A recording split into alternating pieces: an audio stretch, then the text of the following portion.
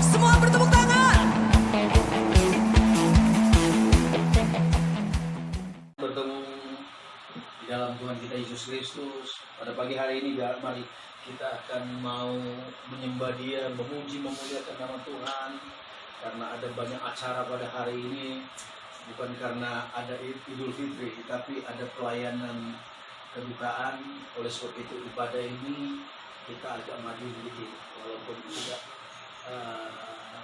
tepat jam 10, mungkin agak kurang dikit. Kita akan mulaikan ibadah ini. Mari kita bangkit berdiri semua. Kita angkat pujian yang berkata, Rohmu yang hidup. Rohmu yang hidup, pulihkanku, mengalir dalamku, jiwaku tenang bersamamu, dalam kandunganmu.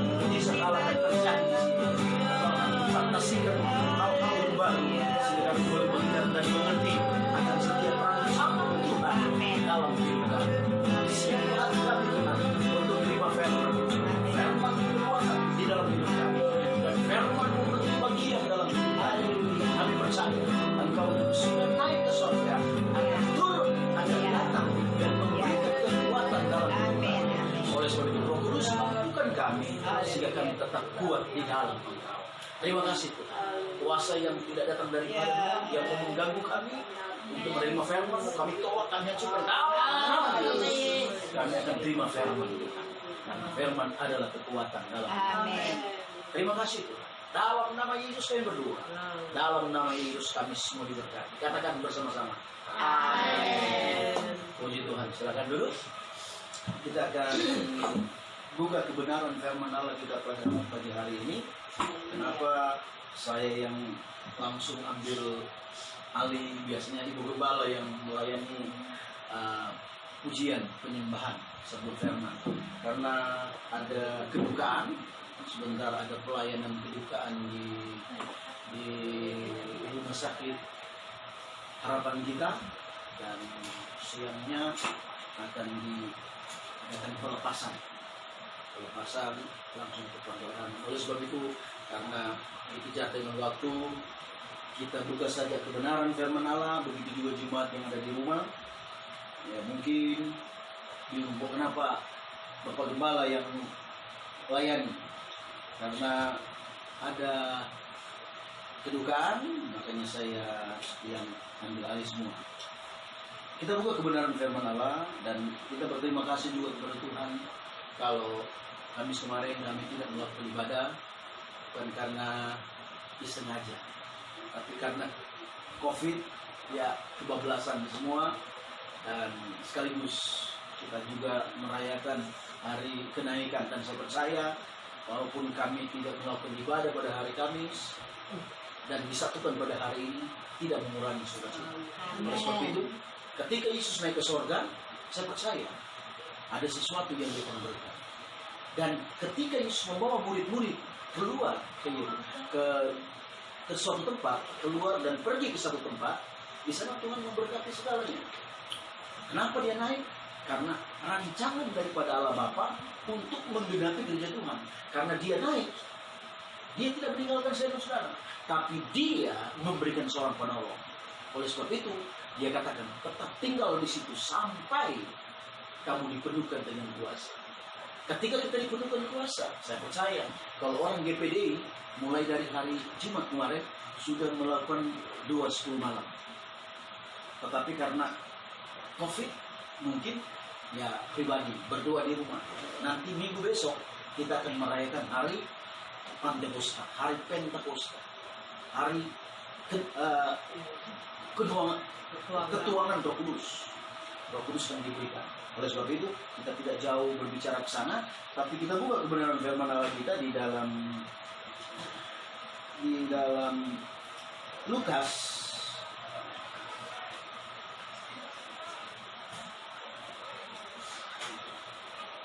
Lukas pasalnya yang ke 24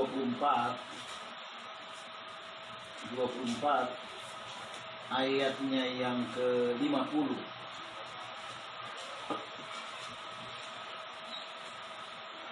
Ayatnya yang ke 50 sampai 53. Lukas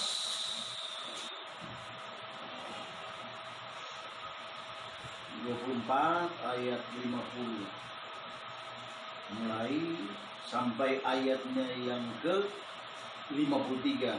Judul yang diberikan oleh Lembaga Alkitab, Kenaikan Yesus. Tapi di sini saya berikan judul berkat ketika Yesus naik ke surga. Ada apa? Ketika Yesus naik ke surga, ada berkat yang dia berikan. Dan saya percaya dengan kita mengalami situasi seperti ini, ada berkat khusus yang Tuhan berikan, baik kepada hamba-hamba Tuhan, pendeta-pendeta, gembala-gembala sidang, begitu juga dengan jemaat-jemaat Tuhan yang setia. Ada berkat ketika kita setia, taat, dan melakukan kebenaran firman Allah. Oleh sebab itu, kita buka firman Allah ini dan kita akan baca bersama-sama. Kita bangkit berdiri, kita akan mulai baca ayat yang ke-50 sampai ayatnya yang ke-53. 1, 2, 3. Lalu Yesus membawa mereka keluar kota sampai dekat Betania. Di situ ia mengangkat tangannya dan memberkati mereka. Dan ketika ia sedang memberkati mereka, ia berpisah dari mereka, terangkat ke surga. Mereka sujud menyembah kepadanya, lalu mereka pulang ke Yerusalem dengan sangat bersukacita. Mereka senantiasa berada di dalam bait Allah dan memuliakan Allah. Saudara yang kasih, kalau kita maju ke Kisah Para Rasul pasal yang pertama, memang Yesus sebelum naik ke sorga sempat mengadakan perjamuan dengan murid-murid. Karena ketika dia bangkit selama 40 hari, dia berulang-ulang kali menampakkan diri. Dan ketika harinya atau saatnya dia harus naik ke sorga, dia masih berbincang-bincang. Bahkan dia mengajak mereka keluar sampai ke Betania. Dan kita melihat bagaimana cara Allah membawa gereja Tuhan untuk dilengkapi dengan kekuatan kuasa. Sebab itu tidak salah Paulus katakan kepada jemaat yang ada di Efesus, betapa hebat kuasa bagi orang yang percaya. Kalau kita boleh ada sampai saat ini karena kekuatan Allah, bukan karena kekuatan kita. Kalau kita bisa ada sampai saat ini, karena kita sudah mengambil bagian tubuh dan darah Yesus. Kita mengambil penderitaan daripada Yesus. Bahkan apa yang dia katakan, bahwa di dalam kehidupan tidak ada maut. Bahkan kita juga, ketika kita diperhadapkan dengan satu masalah, tidak ada masalah sekecil apapun, mungkin sebesar apapun, yang akan mau melemahkan kita. Tapi sebaliknya, kita akan mengalami satu penyelesaian yang luar biasa ketika kita diperhadapkan dengan masalah-masalah. Karena Yesus bisa menyelesaikan masalahnya. Kalau Yesus bisa menyelesaikan masalahnya, kita sebagai orang yang percaya kepada dia bisa menyelesaikan. Kenapa? Karena dia memberikan kuasa. Oleh sebab itu saya katakan tadi, kalau lembaga Alkitab memberikan judul perikop di dalam pembacaan firman Allah kita dari ayat 50 sampai ayatnya yang ke-53, kenaikan Yesus, saya berikan judul berkat ketika Yesus naik ke surga. Karena di dalam ayat ini, kalau kita melihat dari ayat 50, di sana dikatakan, lalu Yesus membawa mereka keluar kota sampai dekat Betania. Di situ ia mengangkat tangannya dan memberkati mereka. Ini kata pertama, memberkati mereka di dalam 51. Dan ketika ia memberkati mereka, ada dua kali memberkati mereka. Nah, kalau kita lihat dari konteks bahasa Yunani, ini kata atau kalimat memberkati mereka itu memakai kata yang saya tulis di sini, eulogia. Kalau kita baca dari Alkitab Penuntun atau kamus, itu banyak pengertiannya. Kalau kita padankan dengan kalimat memberkati mereka, kata memberkati mereka di dalam bahasa Yunani dipakai eulogia, yang mempunyai pengertian sebenarnya ada banyak, tapi saya persingkat 4 saja. Karena ketika Yesus naik ke surga, dia kan terangkat tangan, dia mengangkat kedua belah tangannya dan memberkati. Mohon maaf bagi jemaat-jemaat yang suka datang ke gereja, ketika memberikan persembahan pertama, kedua, setelah itu langsung pulang. Setelah saya sudah memberikan persembahan pertama, sudah dengar firman, sudah didoakan oleh pendeta selesai firman, dan sudah memberikan persembahan, baik yang bawa ke depan maupun yang dijalankan. Ya udah, saya pulang. Sebenarnya salah. Alangkah baiknya ketika kita ada di rumah Tuhan, walaupun kita terlambat, yang paling menentukan di dalam kita mendapat berkat daripada Tuhan ketika seorang hamba Tuhan mengangkat tangan dan memberkati jemaat. Di situ berkat.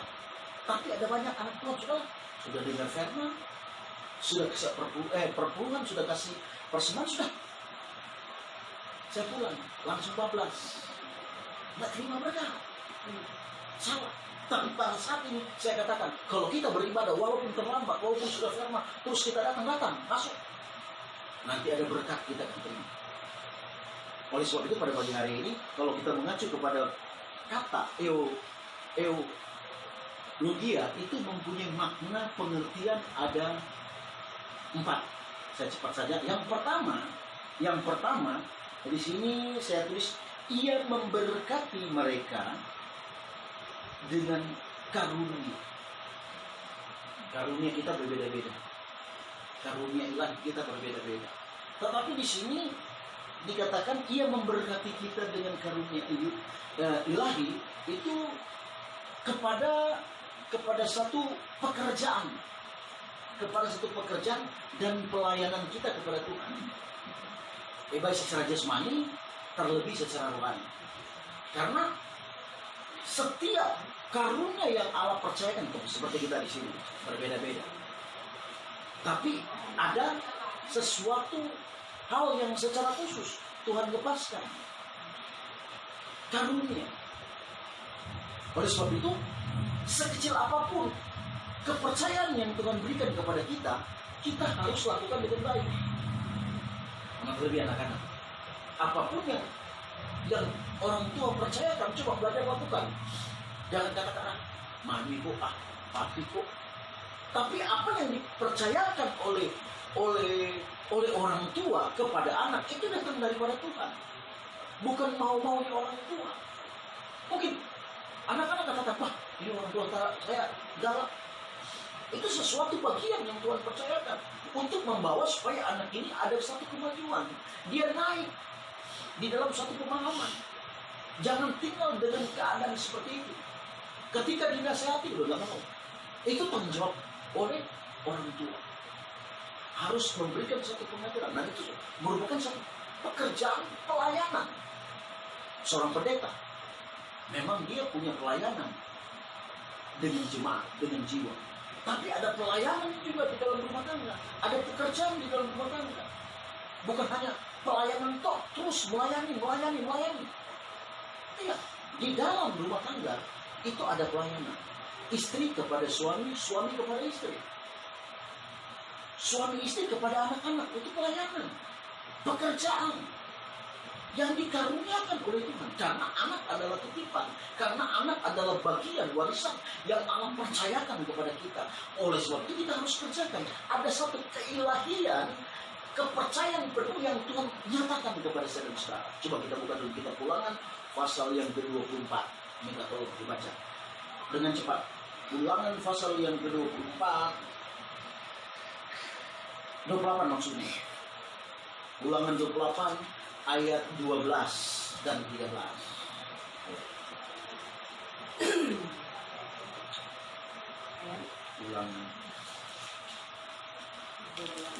Ulangan 28 ayat 13 sampai 12 sampai 13.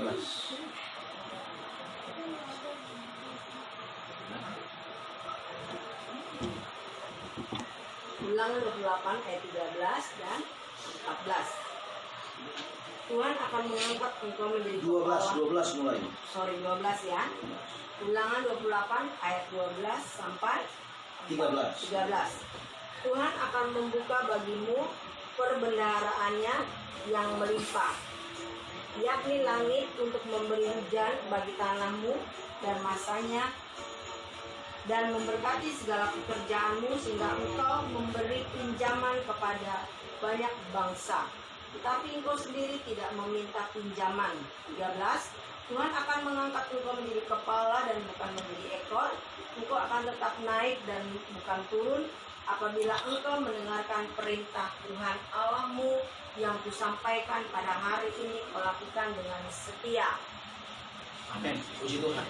Nah, kalau kita melihat di dalam ayatnya yang ke-12 dari Ulangan 28, di sini dikatakan Tuhan akan membuka bagimu perbendaharaannya yang melimpah, yakni langit untuk memberi hujan bagi tanaman. Dengan kata lain, ketika Allah membuka tingkap-tingkap di dalam kehidupan saya dan saudara, membuka perbendaharaan, berarti ada sesuatu yang kita akan tangkap dan kita kerjakan. Sebab itu di dalam ayat yang ke-13, ketika kita tangkap apa yang menjadi maunya Tuhan untuk kita kerjakan secara keilahian yang datang daripada Tuhan, bukan secara nafsu, bukan secara logika, bukan secara jasmani, tapi secara keilahian, maka kita akan diberikan satu tuntunan.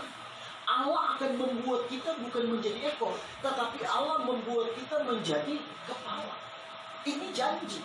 Tapi kita harus mengerjakan apa yang Tuhan mau di dalam hidup kita. Karena Dia yang memberikan perbendaharaan. Dengan kata lain, Dia yang memberikan satu pendelegasian untuk kita melakukan semua pekerjaan, semua pelayanan, baik yang kecil maupun yang besar. Sehingga kita melakukannya dengan baik. Oleh sebab itu, kita sebagai orang yang percaya, kita pandang firman, jangan pandang orang, jangan lihat keberadaan orang lain, tapi kita lihat diri kita sini dan kita kembalikan kepada orang lain. Makanya saya sering katakan kepada keluarga saya di dalam rumah tangga, kita jangan mau membanding-bandingkan si A, si B, si C. Bandingkan dulu diri saya dengan diri saya sendiri. Dengan kata lain, kembali kepada hati, dari karakter kita, sehingga Allah akan berdaulat penuh di dalam kehidupan kita. Itu yang pertama. Ketika Allah naik ke surga, ketika Yesus naik ke surga, Yesus memberikan apa? Berkat, karunia ilahi di dalam kita melakukan pekerjaan dan pelayanan yang Dia percayakan. Yang kedua saya tulis di sini. Yang kedua dari kalimat eulogia tadi, pengertian dari kalimat eulogia. Yang kedua, Ia memberkati mereka dengan kehadiran Tuhan. Seringkali kita tidak menyadari bahwa ketika kita datang kepada Tuhan, ketika kita datang menyembah kepada Dia, tanpa kita sadari, kalau memang kita sungguh-sungguh ya, seringkali ada sesuatu yang terjadi tanpa hati kita merasa kok tiba-tiba pas kita ambil kok bisa begini ya. Nah, itu satu berkat karunia atau berkat yang Dia berikan kepada kita untuk kita rasakan. Kalau kita lihat di dalam Kejadian, ketika Ishak Allah suruh tetap tinggal di Gerar karena terjadi satu kelaparan, dan Ishak harus berhadapan dengan raja orang Filistin pada saat itu. Ishak bertanya, mau bagaimana saya ini? Tetapi ketika dia bertanya, kehadiran Tuhan datang kepada dia, dan Tuhan katakan, jangan engkau tinggalkan daerah ini, jangan engkau kemana-mana. Itu jelas sekali kebenaran firman Allah datang kepada Ishak. Dan Ishak membuka hati. Ishak mengalami satu berkat. Kalau kita baca di sana, kalau kita baca di dalam kitab Kejadian pasal yang ke-26, mulai ayat 1 dan seterusnya, khususnya ayat 1 dan ayat 4, kita melihat pertolongan Tuhan nyata di dalam kehidupannya. Kehadiran Tuhan nyata kepada Ishak. Dan Ishak bisa menyelesaikan semua masalah. Kejadian pasal 26 ayat 1 sampai 4. Nanti baca deh, selesai ibadah, catat aja. Dan kita melihat bagaimana Tuhan begitu care dengan kita. Tuhan begitu setia dengan kita. Oleh sebab itu kita sebagai orang yang percaya, yang ada di penghujung akhir zaman ini, walaupun kita sedang diperhadapkan dengan COVID-19, kita tetap mengangkat tangan aja sama Tuhan, berserah kepada Tuhan. Aku berserah hanya kepada Yesus. Kita berserah karena Dia yang memberikan kekuatan, karena Dia adalah juru selamat. Kita berserah saja. Kita jangan andalkan kekuatan kita. tetapi kita andalkan kekuatan kuasa Allah. Karena kalau kita mengacu kepada kalimat tadi, eulogia itu ada banyak pengertian. Tapi saya ambil yang simpel-simpel yang sering kali terjadi di dalam kehidupan kita. Yang pertama, dia memberikan karunia untuk kita bekerja, baik secara jasmani maupun secara rohani. Yang kedua, dia memberikan berkat kepada kita suatu kehadiran Tuhan di dalam kehidupan kita. Walaupun kita punya masalah seperti sekarang ini, kita jangan takut, kita jangan khawatir. Tapi kita andalkan Tuhan tetap hadir di dalam kehidupan kita. Kemanapun kita pergi dan berada, kita tetap menjaga peraturan yang diberikan oleh pemerintah. Jaga jarak, cuci tangan dengan sabun, dengan air mengalir, pakai masker. Sekarang banyak orang di luar sana lagi begitu sudah nggak pakai masker. Tapi biarlah mereka di sana. Tapi kita harus mentaati, kita harus melaksanakan, mengerjakannya dengan baik. Nah, saya percaya kehadiran Tuhan tetap ada di dalam kehidupan saudara. Yang ketiga, Ia memberkati mereka dengan pemberian Allah berupa di sini ada 3 hal, berupa kekuatan, kuasa, dan pertolongan. Ketika dia mengangkat tangan pada saat itu, dia memberkati di dalam nama Allah Bapa, Anak, dan Roh Kudus. Dia memberikan kuasa, kekuatan, dan pertolongan. Allah bekerja di dalam kehidupan kita tidak setengah-setengah, tapi dia mau melengkapi dari ujung rambut sampai ujung kaki. Dia penuhi semua. Sebab itu kalau kita melihat di dalam Efesus, bagaimana doa Paulus kepada jemaat yang ada di Efesus. Coba, Kesha, minta tolong baca 3 ayat yang ke-16. Efesus pasal 3 ayatnya yang ke-16. Kesha baca. Efesus 3 ayat yang ke-16. Aku berdoa supaya Ia menurut kekayaan kemuliaannya menguatkan dan meneguhkan kamu oleh Roh-Nya di dalam batinmu. Ya, dia berdoa untuk menguatkan sesuatu di dalam batin. Itu Paulus. Aku berdoa kepada Tuhan. Oleh sebab itu, di dalam kita mengiring kepada Tuhan, kita tetap andalkan kekuatan Allah. Coba saya Kolose 1 ayat 11. Ini jelas di sana. Dia berdoa di sana. Kalau di Efesus, di Efesus bagaimana Paulus berdoa kepada jemaat yang dia layani supaya mendapatkan kekuatan. Nah, kalau di Kolose pasal yang pertama ayat yang 11, coba. Kolose 1 ayat yang 11. Demikian firman Tuhan. Dan dikuatkan dengan segala kekuatan oleh kuasa kemuliaannya untuk menanggung segala sesuatu dengan tekun dan sabar. Diberikan satu kekuatan. Allah melepaskan sesuatu kepada kita, dia sudah perhitungkan. Sesiana dia punya kemampuan sampai di mana. Ibu Pola sebagai ibu gembala, dia punya kekuatan sampai di mana. Ibu Syana Kamasi sampai di mana kekuatan. Allah tahu. Oleh sebab itu, apa yang Tuhan rancang, apa yang Tuhan buat, ketika Yesus naik, semuanya dipenuhi. Ketika Yesus naik ke surga, dilepaskan kepada saya dan saudara. Karena ketika dia duduk di sebelah kanan Allah Bapa, ada satu power yang lebih dahsyat yang akan selalu menyertai dalam kehidupan kita, yaitu apa? Kuasa Roh Kudus. Sehingga kemanapun kita pergi, kuasa Roh Kudus itu akan membawa kita, akan menyatakan satu kemuliaan yang datang daripada. Oleh sebab itu, kita bersyukur bahwa Allah yang kita sembah adalah Allah yang baik, Allah yang tidak pernah berubah dari dulu, sekarang, bahkan untuk selama-lamanya. Kita tetap beriman kepada Dia karena Dia memampukan apa yang kita kerjakan. Baik secara keilahian, satu karunia yang Dia berikan, kita bisa memampukan semua karena ada kuasa. Baik secara kehadiran Tuhan di dalam kehidupan kita, kita akan bisa merasakan. ketika kita punya satu kepekaan, kehadiran dimanapun kita berada, kalau kita punya kepekaan, dituntun dengan kekuatan kuasa Allah, kita akan, oh terima kasih Tuhan, Engkau ada denganku. Ketika kita punya kepekaan, kekuatan itu dia akan nyatakan, dia akan berikan. Pertolongan itu tidak akan pernah terlambat di dalam kehidupan kita. Kuasa itu tetap akan menyertai dalam kehidupan kita, karena kita tetap konektasi dengan Dia.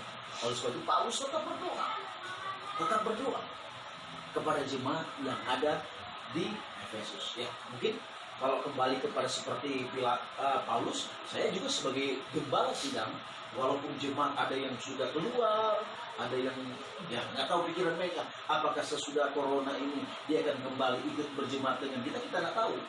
Saya sebagai gembala nggak tahu hati mereka, tapi sampai detik ini tetap saya berdoa. Siapapun dia saya sebut satu persatu. Bahkan yang sudah lama keluar saya sebut satu persatu. Biar Tuhan yang beracara, biar Tuhan yang punya kedaulatan menjamah kekuatan hatinya. Dan saya percaya selesai corona, pelayanan yang ada di GPD Immanuel akan dipenuhi dengan jiwa-jiwa di gedung sentra GPD. Oleh sebab itu kita harus berpegang kepada kebenaran, jangan menyimpang, jangan menyimpang ke kiri, menyimpang ke kanan, tapi kita arahkan sebagaimana firman Allah kemarin. Kita harus memberikan satu fokus kepada Tuhan, sehingga di dalamnya nama Tuhan dipuji, dipermuliakan. Dan yang terakhir, ketiga, yang keempat, ketika dia naik, dia memberkati mereka dengan pemberian pertolongan.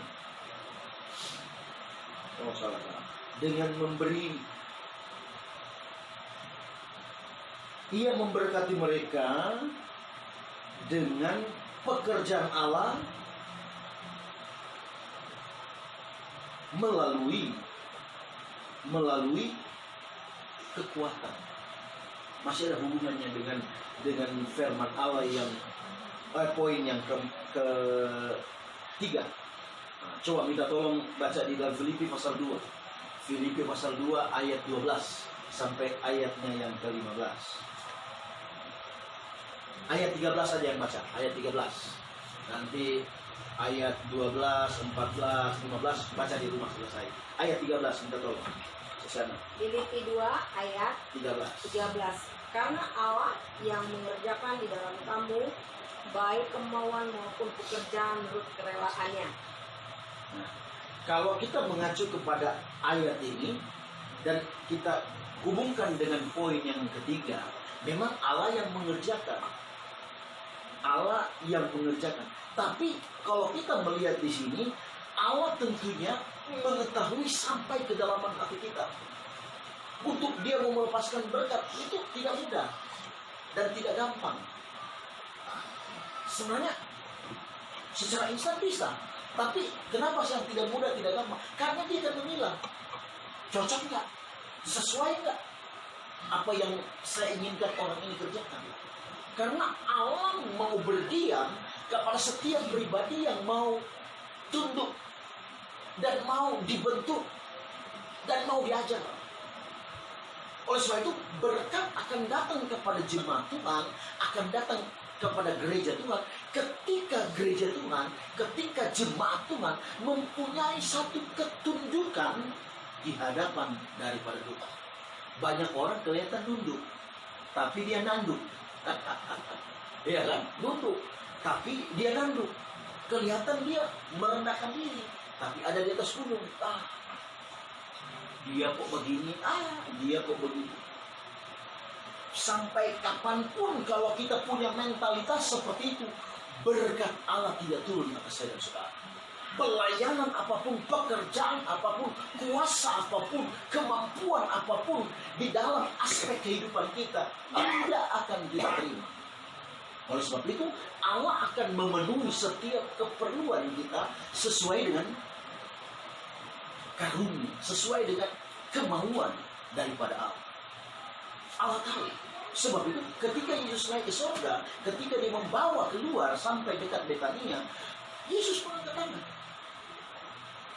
Tetapi kalau kita lihat, ketika Yesus berpisah, Yesus memberikan kuasa. supaya mereka bisa menginjil, supaya mereka bisa menyampaikan kebenaran firman Allah. Tapi sebelum mereka menyampaikan firman Allah, ada banyak kriteria yang Tuhan minta supaya kuasa itu akan melimpah di dalam kehidupan jemaat Tuhan untuk diberkati dan untuk menjadi berkat. Tapi seringkali kerja Tuhan pada hari ini cuma sekedar berkat. Lalu puji Tuhan, corona ini banyak berkat secara jasmani. Amin. Sembako banyak.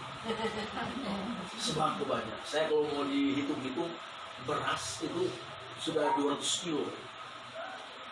Saya hitung mulai dari akhir Maret sampai kemarin. Saya hitung 5 kilo, 10 kilo, 5 kilo, 10 kilo, 5 kilo, 10 kilo. Ada yang 25 kilo sekali yang dikasih. Saya hitung hampir 200 kilo. Sampai saya telepon sama kakak saya di Manado. Datang ambil beras deh. Kalau dekat terus ambil. Itu berkat. Allah akan memenuhi semua. Asal kita ada connect dengan Dia, ada satu hubungan yang baik. Ketika kita membangun satu hubungan yang baik, nama Tuhan dipuji di manusia. Jangan kita melihat ke kiri, jangan kita melihat. Pandang kepada Tuhan dan lihat bagaimana Tuhan mau memberkati. Jangan melihat ke bawah, tapi lihat ke atas. Bagaimana minggu kemarin saya katakan, fokus ke atas. Jangan fokus ke kanan. Fokus ke atas. Serahkan. Dan saya percaya mujizat Allah akan datang. Oleh sebab itu, pada hari ini mari kita mau tetap mengangkat tangan kepada Tuhan. Sebagaimana Tuhan mengangkat tangan dan memberkati kita, kalau kita angkat tangan kepada Tuhan, Tuhan akan turun tangan untuk memberkati saudara-saudara. Sehingga di dalamnya nama Tuhan dipuji, diberkati. Saya percaya jemaat Tuhan yang ada di rumah, apapun yang menjadi masalahnya, apapun yang menjadi pergumulannya, serahkan kepada Tuhan. Biar Tuhan dia akan ganti. Amin. Amin. Saya tidak pandai dengan firman Allah, tapi biarlah firman Allah yang singkat ini menjadi satu perlindungan buat saudara-saudara, sehingga di dalam pengiringan kita kepada Tuhan menjadi kekuatan baru. Mari kita bangkit berdiri, kita akan menyembah kepada Tuhan. Kita angkat pujian yang berkata, serahkanlah hidupmu kepada Tuhan. Serahkanlah semua persoalan, sebab di dalam Tuhan ada jalan keluar. Amin. Mari yang ada di rumah, kita bangkit berdiri. Kita akan angkat pujian ini. Kita akan menyembah Tuhan. Mari kita saja. Serahkanlah hidupku padanya. Serahkanlah seluruh persoalanmu. Sebab di dalam namanya ada jaminan kekal di dalam segala persoalan. Katakan serahkanlah hidupku sambil angkat tangan. Serahkanlah hidupku padanya. Serahkanlah seluruh persoalanmu. Sebab di dalam namanya ada jaminan kekal di dalam segala bersama Yesus. Berseru pada Yesus. Berserah pada Yesus. Percayalah Dia sanggup menolongmu. Amin. Berseru pada Yesus. Berserah pada Yesus. Dia akan memberi kedamaian. Sekali lagi berseru pada Yesus. Berserah pada Yesus. Percayalah Dia sanggup menolongmu. Berseru pada Yesus. Berserah pada Yesus.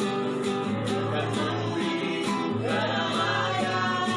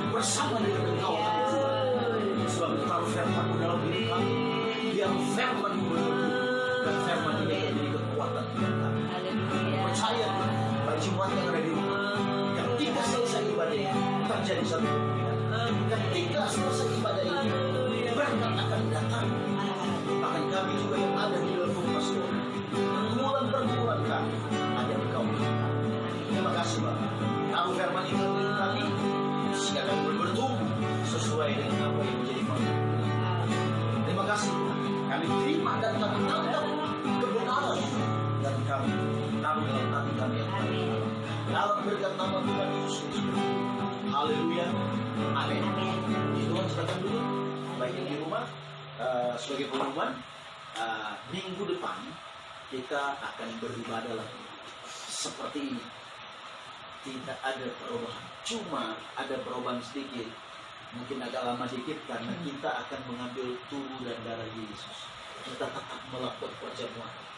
Bagi jemaat yang ada di rumah, mungkin bertanya, aduh nanti bikin roti bagaimana, bikin anggur bagaimana? Nah, nanti hubungi. Kalau anggurnya sudah ada, sebelum ibadah anggurnya sudah dibuat, rotinya sudah dipotong atau sudah dibeli di mall, kan sudah ada yang bulat-bulat itu. Kalau sudah ada, taruh, hitung berapa orang, taruh di piring, baru taruh di gelas kecil-kecil lah, jangan banyak-banyak, baru telepon saya doakan melalui handphone, tapi di video call supaya ya kita bisa lihat ya caranya. Baru selesai itu taruh di meja dan kita akan beribadah dulu. Begitu. Jemaat yang lain juga begitu. Buat perjamuan, kalau nggak ada anggur, ambil Fanta gitu. Kan warna merah. Kalau nggak ada sirup anggur itu ABC, itu aja. Taruh air sedikit. Ambil buat. Kalau nggak ada yang bulat, ambil roti tawar, potong persegi sesuai jumlah keluarga kita. Saya doakan, dan setelah itu kita akan ibadah dan mengambil kemuliaan dari Yesus. Itu saja, kita akan bertemu pada minggu depan, dan sebentar saya ada pelayanan bantu doa karena ada jemaat di GPD Pademangan yang meninggal semalam. Saya harus makamkan hari ini karena keadaan sekarang kan mesti serba cepat. Di rumah duka di Jantung Harapan kita disuruh jangan lebih dari 1 kali 24 jam. Makanya sebentar jam 11 ini daripada akan ke sana dan akan mengadakan lepasan jenazah langsung ke pembelaan. Itu saja, kita akan bangkit berdiri dan kita akan bertemu pada minggu besok. Kita berdoa. Bapa di surga, kami mengucap syukur kepadamu, Engkau Bapa yang baik. Kami sudah menerima berkat-berkat-Mu dari awal permulaan hingga mau selesai. Biarlah semuanya kami kembalikan kepadamu.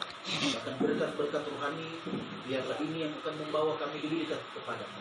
Iman kami semakin tertanam dengan Engkau dan di dalam nama Tuhan. Sekali lagi memberkati seluruh jemaat Tuhan yang ada, baik yang ada di tempat ini, di rumah pastori, maupun yang ada di rumah masing-masing, dimanapun saja. Mungkin jemaat-jemaat Tuhan yang lain yang sedang live dengan FB kami, Engkau juga memberkati. Engkau berkati jasmani rohani, bahkan Engkau jauhkan dari virus corona.